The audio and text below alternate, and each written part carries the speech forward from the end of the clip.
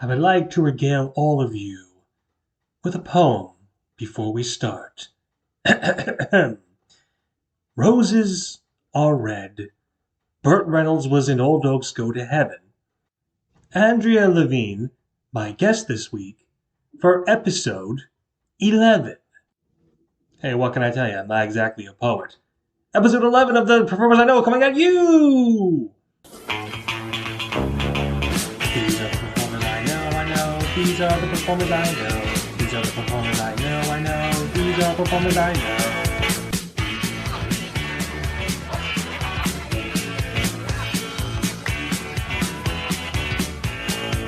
These are the performers I know. These are the performers I know.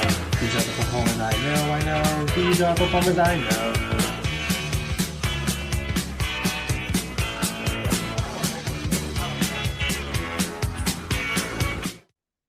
Hello, everybody! Welcome once again to the performers I know.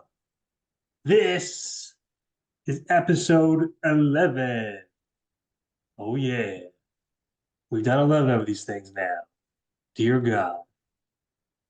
This week, we have a very talented individual, a very funny lady, and a good friend of mine.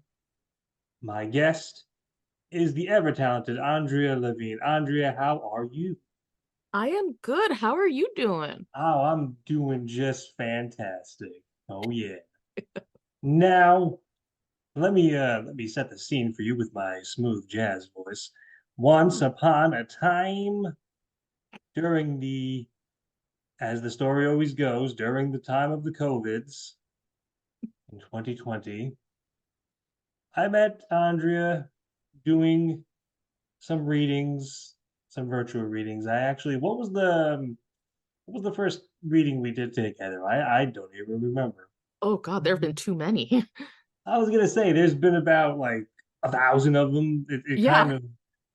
They kind of start to blur together after a while. Like I interviewed Alessandra Bluff back in Uh, episode 8, and I forgot the first time I worked with her. I thought it was My Fair Lady, but she was like, actually, it was A Nightmare Before Christmas. okay. Well, I mean, to be fair, Allie would know. Yes, she does have a memory like that. But I will say, one of my favorite readings with Andrea was doing Statler and Waldorf with her in two readings of A Muppet Christmas Carol. That was fun.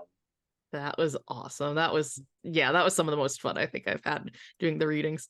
Yeah, because we got to sing Marley and Marley, and we got to be Yeah. all spooky, scary. Well, it's more than just that. We also were just like we got each other. Like even through the screen, we got each other. Oh So yes, we there was a vibe going on, and it was wonderful. oh totally. So, Andrea, the first question I'd like to ask you, as I ask all of my guests, what got you into theater and acting? What got you bitten by the theater bug? Oh dear. Oh no. I could not tell you. I mean, a I just desperate woke. need for attention? Okay, you know what? That's fair. Ain't I'll no take shame. it. It's it's I, it's good to have somebody just be like, I don't know, I just felt like it, I guess. I don't I, know. I mean, it really was because I was fortunate enough my parents were exposing me to theater, like and Broadway and stuff from a really young age, and I was in all the school plays. You know, I would get the really odd but interesting roles. So eventually it was just like, oh, I kind of like dressing up. I kind of like doing weird makeup. I like doing the characters. Okay, maybe it wasn't so much attention as it was doing the weird characters. That is also very fair. Yeah. It's like I woke up one morning, it's like, well, it's either I juggle chainsaws or do acting. So I figured, I would like to keep all of my limbs. So yeah, Yeah. acting is exactly that's what I'll do. That is Yeah, what I I will mean, do. two of the most memorable roles that I can think of from, well, three actually, from really little were a dreidel. where I Okay. wore a giant cardboard dreidel, I love like it. that was full body thing, and I was like in kindergarten maybe. Now Um, let me ask you a question. Was it an alliterative name? Like, I'm Dixie the Dreidel. How did you do it? no, it wasn't. It was just I'm a dreidel. Oh, I okay. didn't get to have a good name, Yeah. so I got to be a tree stump in the Giving Tree. Oh, oh no. Oh, Yeah, I that got to must be a have been part of very. that. You killed me. Well, technically, there's a lesson to be learned here. I gave you everything, and now I'm giving you a place to Hmm. sit. Well, to make that even funnier is I got to sing the song Friendship with my scene partner. So that was pretty great. Wait, Yes, that the friendship. song from Anything Goes? That's friendship. Friendship. Yes, that is the song. Hmm. Yep. I was a kid, so I didn't know. And the other really, I think the one that probably cemented a lot of stuff for me though was Tom Sawyer's aunt or mother or whoever he lived with. Oh, Is Aunt Polly, Yeah, I yes. was Aunt Polly in a musical version of Tom Sawyer that we did, and I borrowed my grandma's clothes, her wig, did some quasi old age makeup, and it was like, okay, we're in. Well, if you want, do you want to hear something very funny? Yes. Amongst the many ideas that flow around in my head when it comes to virtual shows or just shows in general, one of the scripts that I was trying to write was a Tom Sawyer adaptation. And I literally said, if this gets off the ground, I want Andrea to be Aunt Polly. So, Yes. you must have been like, you must have been influencing my thoughts in my mind. I would love to do it. Oh, I feel like she's an underused character. I've often thought she is just the unsung hero of that piece because she puts up with a lot of his shit, and she still loves him. God bless that woman. Unconditional love. Isn't it great? Yeah. As I mentioned, one of the highlights that we did during our virtual readings was just going all out, playing Statler and Waldorf in A Muppet Christmas Carol twice. And I mean, to me, it just came naturally because those are two of my favorite characters, and the Muppets are just my favorite brand in the whole entire world. And as I'm sure it's favorite for you. Yeah. Oh, absolutely. Now, there was a lot of readings that I did with Frank and Juby, who are our two friends who ran the bulk of these readings, where I didn't really know the source material very well, but I was willing to jump in because it was with my friends.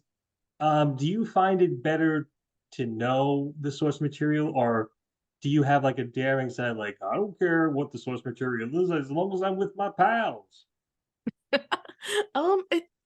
It's kind of a little bit of both. Because there were a lot of shows where I was familiar with, maybe the source material, but I wasn't, fully in. So I was just like, okay, you know what? They need some extra hands, and this seems like a fun premise. Okay, yeah, I'll totally do it. Um, so yeah, I guess when it's with friends, it's a lot easier to just, yes and. Um, That's but there were true. some other groups that I was a part of where it was a little bit harder for me to be like, yes, I want to go for this, even if I did know the source material, but I didn't really know the people. So, Yeah, when I first, because the very first reading that I did was It's the Great Pumpkin, Charlie Brown. And I remember just being there like, I don't know who any of these people are. Like, literally don't know them. mhm. But you know what? I'm playing Snoopy. I don't have to talk.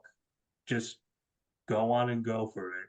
And yeah, that worked out very well because everybody became good friends, and it was all lovely, lovely. Yeah. I mean, I think I did. There was one play that I did. I think what is it? Five women in a dress. Oh, I think I was actually in that. Yeah, I think you were too. I had not heard of that show at all. I did not know the play at all. I was like, okay, but this seems kind of fun. But that one, I dove into it saying, okay, yeah, I'm gonna do it. It's a challenge. and I trust the people I'm with, but I'm also like, am I crazy for doing this one? You know, I will say that those virtual readings really got me out of my comfort zone Hmm. because it made me do readings that I probably would have never ever done, like The Crucible. Ooh, I I didn't know just we did remember Crucible. being like, I would never do a play this depressing and this boring, but I wound up doing it. So, and Oh wow. even like, I had never heard of five women wearing the same dress, but I was like, you know what? Let me give it a shot. What's the worst that could possibly happen? Hmm. Yeah, And exactly. It's like when you trust the people you're with, it makes it a lot easier too. So, yes. Um, so you parlayed all of this into doing your very own YouTube series with your fella, Matthew, who I've yeah. had the pleasure of meeting. Actually, I think we did a Friends Thanksgiving reading with him. Oh gosh, And oh, that's right. He was part of that one. yes, and he's a very just a delightful, just such a delightful person. But now, Yeah. how did the what was the genesis of the YouTube Um, series? And like, what is it? Explain to the viewers what it is that you guys do. okay, so it's Nerd News Today is the channel. And honestly, I was working on I had my own kind of geek pop culture site with one of my friends called Insert Geek Here. And Matthew had his own site, which was Nerd News Today. And life gets in the way. Yeah. So my Insert Geek Here kind of, dwindled to a stop. And one of the things that Matthew really, does a lot of is he does toy reviews. I happen to love toys as well. So he was just like, hey, you want to review this with me? And I was like, okay. I mean, it took a little bit of time to get used to it because he knew I was very nervous about getting on camera, uh, but yeah, so he convinced me to start doing it, and I realized I liked it. We started doing a lot of different reviews together, and then I was introduced to Star Trek, and that became a whole other thing where we then started doing a thing called Trek Back Tuesdays or Thursdays. Uh, and we started reviewing a lot of the Star Trek toys and memorabilia from, the 90s, 80s, and 90s. And yeah, so it's just kind of gone from there. We're doing some more social media stuff now. Um, it's not just toys that we do. We've done other we do statues, I think we've done some comics. He loves surprising me with stuff, where I have no idea what's coming. He says, open your eyes, and he just gets a blind reaction from me. People don't always believe that my reactions are real, but I'm looking right now at the YouTube page for Nerd News Today. I have to make sure I'm saying that correctly. And right off the bat, I'm like, you interviewed Mel Brooks's son? Like, are you kidding me? That's okay, so amazing. that's all Matthew. He has been writing for the site fatherly.com, and because they're a rather large site, he's been fortunate enough to get opportunities where he can, in this case, he was able to cover and speak to, Max Brooks. And it was like, what? And so he does a piece for them, but he also was able to do a piece for himself. And it's been incredible. I mean, like, seriously, Max Brooks? It's like, I mean, what I'm is looking, that? I'm looking at this. David Arquette. Hmm. I, Oh my gosh, David Arquette was the nicest person. We did not expect to meet him when we did. Uh, I'm just imagining, like, hey, David, remember that wrestling match you did recently where you like yes. tapped a Oh my, vein and you almost died from blood loss? Wasn't that awesome? oh my gosh. Oh my gosh. Yes. Okay, you're gonna love this then. So this was at Toy Fair, and we did not know he was gonna be there. And then all of a sudden we see a sign saying, meet David Arquette for like 4 hours on Saturday at the Bob Ross booth. So Bob, he's a certified Bob Ross in painting instructor. Like they have a school for this. And so he was literally there for like 4 hours just painting with they have this new kit for kids, but really Yeah. anyone can use it. And so within like 15 to 20 minutes, you can have your own Bob Ross painting. And so he was just there painting away while Matt's interviewing him. I mentioned, I loved him in Buffy the Vampire Slayer. Matt's talking to him about wrestling, and David's all for it. He's You just know, it's hard to imagine him just, okay, we're gonna make ourselves a happy little turnbuckle. right.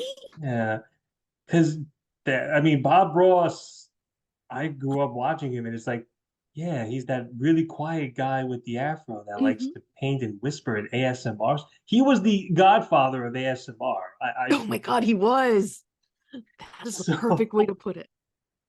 um the one last thing about this, I feel like you guys contacted Jason Marsden to do a special shout out for when we did a reading of a Goofy movie. Now, am I correct in that assumption? Um, sort of.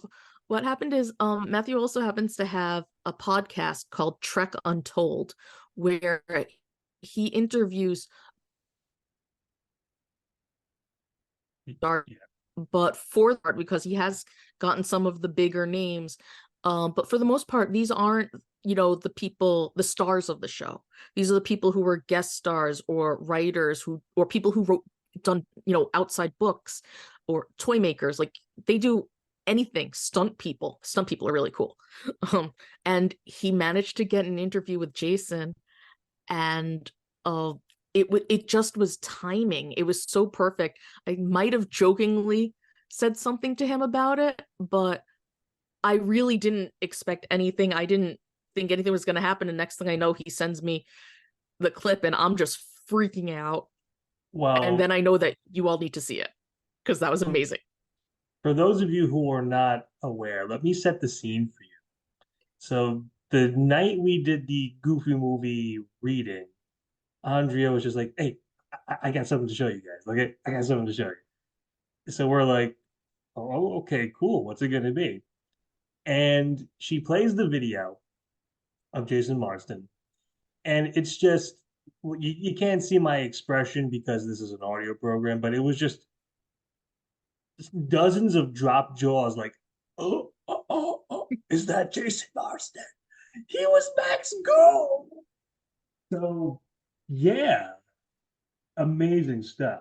That Uh, was honestly a favorite moment of, yeah, I think ever. oh, goodness gracious. So,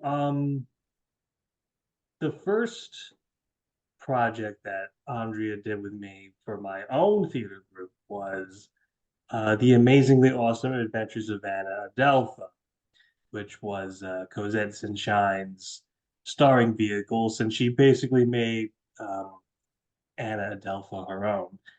And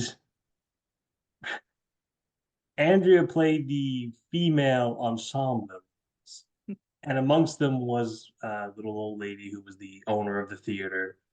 And you had just about the funniest part of the whole thing because Andrea has just exquisite, amazing comedic timing. And it was the scene where the old people were leaving. It's like, okay, Anna dear, I'll see you later. Like, yes, that was just that's the kind of thing where if we were actually doing that on stage, it would have gotten massive laughter and applause. I truly believe. Oh, thanks. Right. The stuff your stuff has been so much fun to work with. Like, I really think you have a lot of, I mean, you write all of it, right? Just about? I do, yes. Yeah. That's what I thought. I was like, yeah, just about all this is yours, and it's I'm just really a good material. I'm just a writing machine. Yes, that I is. know it's crazy. Your turnout is like unreal. Like it seems like every time I think, oh, I'm just plain out of ideas, it's like, oh wait, no, I have more ideas. That's it. Creativity is a never-ending well as long as it's tended to. Yes, that's how I see it. But yeah, the just the sheer amount of good timing that you have. Like, I don't know if you had any kind of inspirations or if it just comes to you naturally. Oh, honestly, I kind of go with I try to go with, you know, what it feels like. I try to go with instinct to some extent. Um, it's also a question of, how the, trying to listen to the other person. You know, Right. uh, it's like I have done the acting classes, acting school stuff for a little bit, so at the very least, I try to remember that stuff. So it's like, you want to listen, you want to see what's there. Um, you can come in with your own ideas, but really, you got to give it up to, you know, the air at the, the ether when the Yeah. time comes. Well, I mean, what makes it even better though is when you did the Jack and the Beanstalk pro, and we had multiple people separate, so you were basically just riffing off of nobody except me, just kind of mumbling lines like, and the whole part where you're like, okay, Jack, try not to get swindled. And you just had this like B. Arthur, Carol Burnett kind of pauses, like, I'm not kidding, Jack. Blah blah blah blah blah. And I'm just like if there's any two that I would suspect would be like inspirational for that kind of comedy, it's the two of them, B. Arthur and Carol Burnett. Would That's amazing. So thank you, because they are two idols. Yeah. oh yes. But and Andrea, no matter what, never fails to make me laugh. If you remember the Despicable Me reading where you were Dr. Lothario and That was good. the the dozen boogie robots. Oh my God. Yeah. I think I forgot how many we've done at this point. Oh my God. A lot of people say, oh, Dane is very hard to break. Like he never cracks up. If you watch that video, when she just starts going, dozen boogie robots, look at me. I just started losing it. And I'm just like, yeah, I can't hold it back anymore. Like this is just it's too much. It's too much. I have to laugh. I have to go check out the video for that because I've always been really bad about rewatching. I'm like, it's there, it'll last. No, no, I should download everything into a file so I can remember all this. Because I love doing this. I mean, you're also someone who constantly makes me laugh. You're like, I think, what is it? You and Chris in particular, putting you two together is just gold. A lot of people mention the Forgiving Sarah Marshall reading that we did. I missed that. I'm still a little sad about that. You I know, heard it was amazing. well, that reading was about 2 weeks after my grandfather passed away, who I was extremely close with. Mhm. And I remember people were like, are you sure? Do you want to do this? You can drop out if you want to. Because I did drop out of a reading of 10 Things I Hate About You because I was trying to like compose myself. But I was like, you know what? No, I I need to do this. And and the scene that me and Chris did where I was what the heck's his name? The singer. Uh Oh, we mean Russell Brand? yeah, the guy who's a problem now, Russell Brand. Oh, that guy. Yeah, that guy. I don't like to really. It's like, I used to think this guy was funny. Now he's just a right-wing lunatic. But we're not gonna get into that. No, no, he's The gone scene, completely nuts. yeah, the scene where they're playing the chess and he's showing him with the chess pieces how to like manipulate the sexy times, for lack of a better word. Oh my And god. one by one, everybody's cameras started turning on, and people were just like losing it. Oh my And I'm just gosh. like, yeah. And the what made it even funnier is that I took my Goofy puppet and I was like, let's pretend that this is Chris. So there is footage of me pumping my Goofy puppet, Oh, pretending it is Chris Black.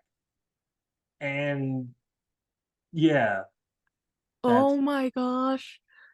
Okay, so I just remembered why I wasn't a part of that reading, which was because there was another reading scheduled. I uh, remember that being the conflict, and I'm now so sad I missed this because I know that one wasn't really properly recorded, if at all. the the one that you were in. No, yours. It Forgetting was Sarah record. Marshall. I don't know if It was there's. recorded. It was okay. It's on it's in the group. I think it's Okay, I'll still. have to check it because I know that there were parts that were edited out, so or were not Well, recorded, I mean, understandably. yeah. Jason showing his, but Yeah. you know what, his Yeah. twigs and berries, but that was Yes. all for funsies. Yeah. Oh, Um, even though I know it's a little quick aside, going back to that reading of 10 Things I Hate About You, mhm. um I was supposed to be in that reading, but there was some sort of mix up and no one got in touch with me. I didn't get the timing or anything of that, so I wasn't in it. I found out we later on that they were so short casted or cast. I don't know how we want to say that. There was that basically everyone was like tripling, quadrupling up on roles. So Yeah, I do I remember remember. hearing that though I heard that they had a really fun time doing it. So that part's good, but Yeah, that's I guess that's really all that yeah, it probably wasn't the worst thing that you missed that one though. you're You right. needed time. Definitely. That was just a very bad time. But yeah. So we are, as I'm looking at the clock on the wall, we are rapidly running out of time. But the last question that I have for Andrea is if anybody, for anybody who would come up to you and say, hey, I'm looking to break out into theater and acting, what would be the piece of advice that you would give them in order to fully succeed as a theater performer or an actor? Ooh, that's a good one. I guess that kind of goes hand in hand, but I would tell them to keep pushing themselves. Like don't be afraid to try out for roles that you might never think that you're good for. Don't be afraid to say yes. Even though as someone with like in all honesty, I've had performance anxiety for years. Um the group really helped me a lot with that. But the thing is within the group, started saying, yeah, I'd like to try this role. I'd like to try this role.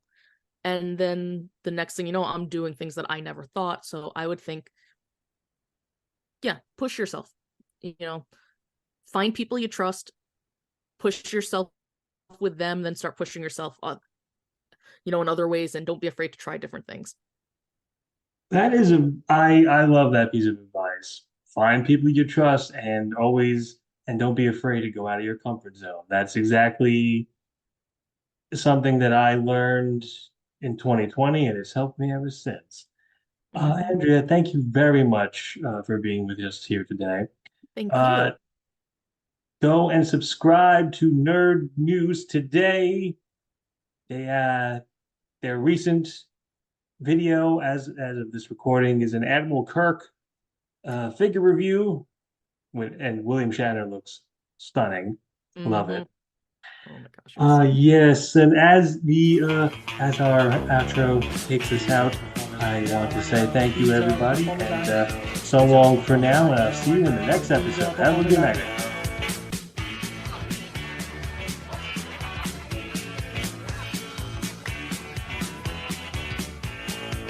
These are the performers I know. These are the performers I know.